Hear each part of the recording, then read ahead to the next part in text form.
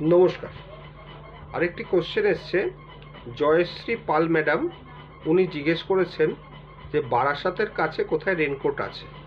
শুধু রেনকোট বলে কোনো কোট হয় না, আপনাকে রেন কন্ট্রোলার বলতে হবে অথবা এমনি যে কোট হয় সেখানে বলতে হবে।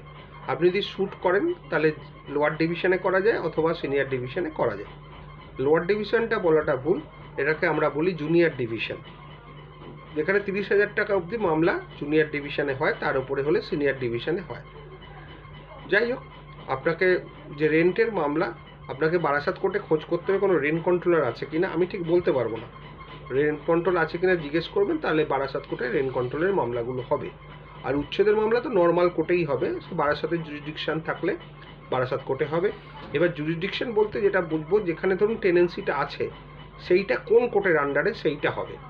প্লেন্টিফের বাড়ি বা ডিফেন্ডেন্টের বাড়িটা ম্যাটার করে না উচ্ছেদের মামলার ক্ষেত্রে।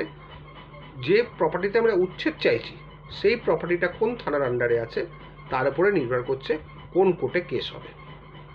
আশা করি বোঝাতে পারলাম। ভালো থাকবেন।